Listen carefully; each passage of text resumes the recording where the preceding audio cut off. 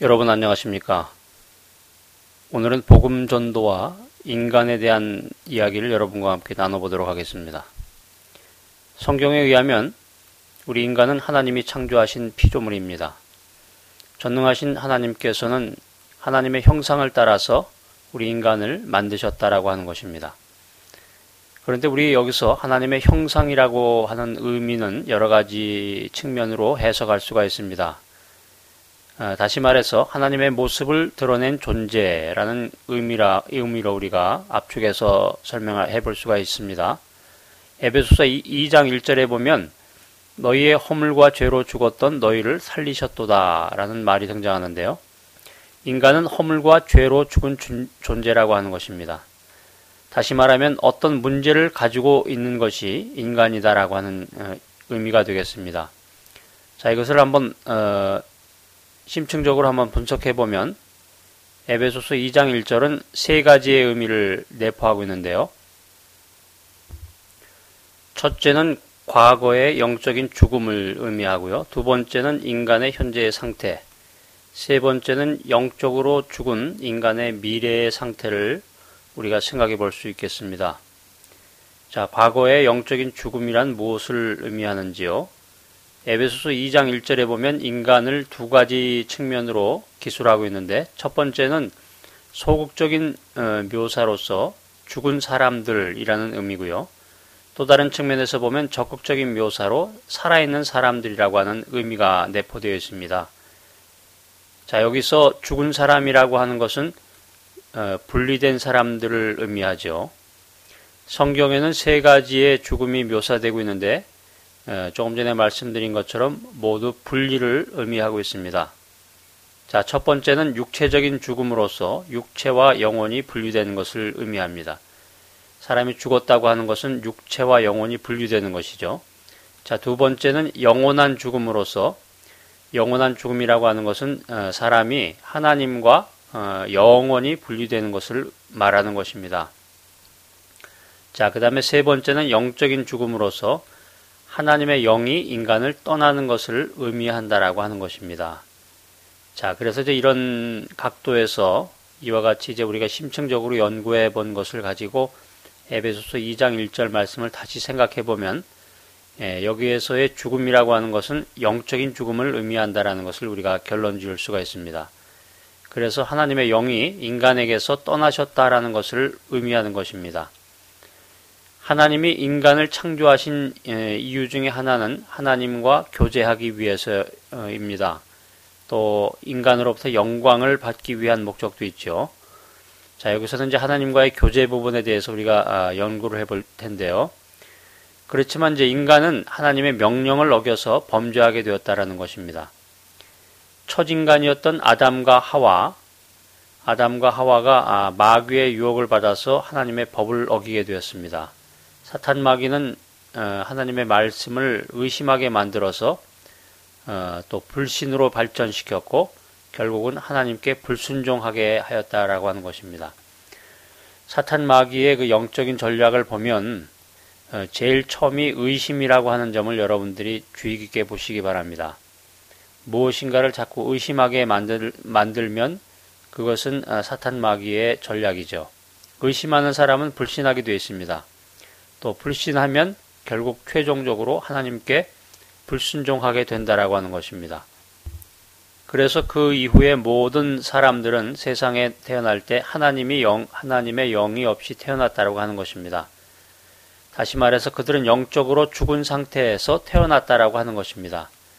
영적으로 죽었다라고 하는 것은 이 세상의 풍속에 의해서, 이 세상 법에 의해서 이끌려 다닌다라고 하는 것입니다.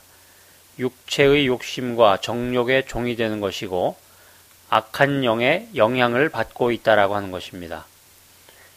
자, 그래서 영적으로 죽은 사람은 하나님으로부터 분리된 사람이고 또 다른 사람으로부터도 분리된 고립된 외로운 존재가 되었습니다.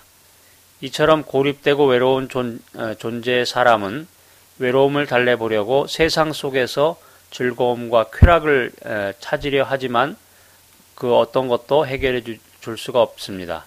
우리가 이제 흔히 예를 들어서 우물가의 여인과 같이 많은 남편과 함께 인생을 즐겼지만 그녀의 그 인간적인 그 욕심이라고 할까요? 그것이 결코 채워지지 않았다라고 하는 것입니다. 자, 사람들은 죄의식을 느끼게 되고 죄의식 때문에 상담자의 범람과 종교의 융성과 또 여러 가지 그 점쟁이들도 늘고 있죠. 우리는 우리 주변에 그런 사람들 무속인들이 많이 널려 있다라고 하는 것이 특이한 일이 아닙니다. 그리스도인들은 그들의 그런 상태를 이해할 수 있습니다. 우리 크리스찬들은 그들에게 다가가서 그들의 손을 잡아 이끌어내야 합니다. 이제 우리가 이제 전도를 해야 된다라고 하는 것입니다. 크리스찬들은 그들의 소리 없는 절규에 귀를 담아야 한다라고 하는 것입니다. 선생들이여 내가 어찌하여야 구원을 얻으리이까. 자, 이제 미래의 비극 부분을 한번 여러분과 살펴보겠습니다. 영적으로 죽은 사람들의 운명은 현재의 쓸쓸한 모습만이 아니고 그들의 소망 없는 영원한 운명이 그들을 기다리고 있다라고 하는 것입니다. 그런데 그 운명이라고 하는 것은 바로 죽음이다라고 하는 것입니다. 또 죽음뿐만이 아니고 그 이후에 심판이 있다라고 하는 것입니다. 누가복음 16장에 보면 부자와 나사로의 그 비유가 등장하는데 현재의 삶의 모습이 죽음 후의 삶을 결정짓는다고 하는 사실을 이 누가복음에서는 기술하고 있습니다. 또한 누가복음에 보면 부자와 나사로의 이야기를 통해서 죽음 이후의 운명은 누구도 바꿀 수 없다. 돈으로도 바꿀 수가 없고 돈을 가지고 뇌물을 써도 또 막강한 권력을 가진 사람이 청탁을 해도 죽음 이후의 운명은 어떤 누구도 어떤 그 무엇도 바꿀 수 없다라고 하는 것을 말하고 있는 것입니다. 자, 그래서 이제 결론 부분인데요.